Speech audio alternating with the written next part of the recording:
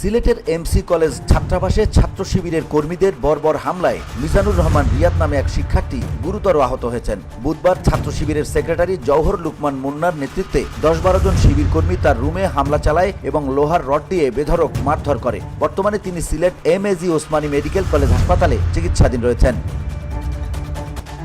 আহত রিয়াদ ইংরেজি বিভাগের 3য় বর্ষের শিক্ষার্থী এবং ছাত্রাবাসের প্রথম ব্লকের 101 নম্বর কক্ষের বৈধ আবাসিক ছাত্র। হামলার সময় তার রুমমেট বাংলা বিভাগের মাস্টার্সের শিক্ষার্থী জুনায়েদ আহমেদ উপস্থিত ছিলেন।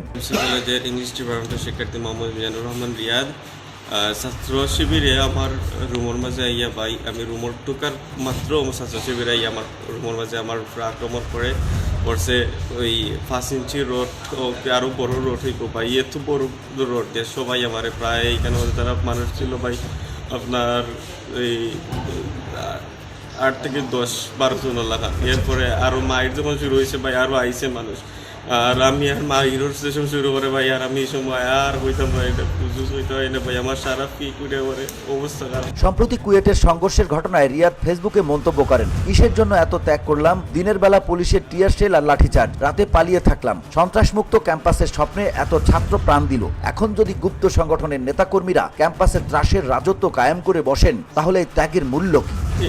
এমসি কলেজ ক্যাম্পাসের ছাত্র শিবিরের নেতাকর্মী আপনারা আমার মারছে নাজমুল সাদমান আপনার ইসমাইল আরো আছে তারা ও ক্যাম্পাসেরও শিক্ষার্থী যে ও ক্যাম্পাসের তারা শিক্ষার্থী আর সবাই লোক আমার জুনিয়র ভাই বেশিরভাগ তারা শিবির করে যে সব জুনিয়র আমার তারা শিবির করে। এই মন্তব্য ছাত্র শিবিরের নজরে আসার পর প্রতিশোধ নিতে তার উপর নির্মম হামলা চালানো হয় বলে অভিযোগ। ফেসবুকের কমেন্ট মধ্যে কেমন করছে যে আগর এরা আর বর্তমান এরার মধ্যে কোনো তফাৎ নাই, বুঝছেন ভাই?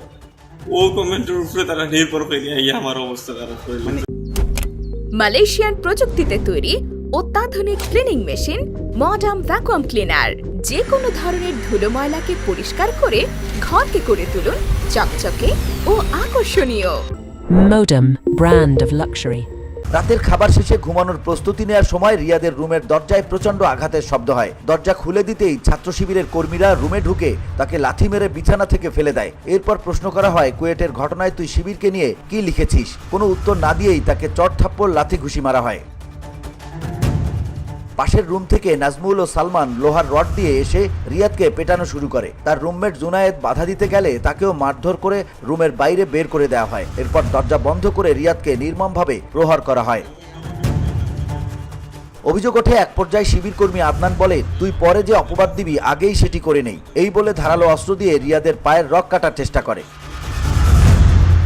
রুমের বাইরে থাকা জুনায়েদের আর্তচিৎকারে ছাত্রাবাসের শিক্ষার্থী ও কর্মচারীরা ছুটে আসেন। পরিস্থিতি ঘোলাটে হয়ে গেলে হামলাকারীরা রক্তাক্ত অবস্থায় রিয়াদকে টেনে এনে বাইরে ফেলে দেয় এবং তাকে পুলিশে দেওয়ার হুমকি দেয়।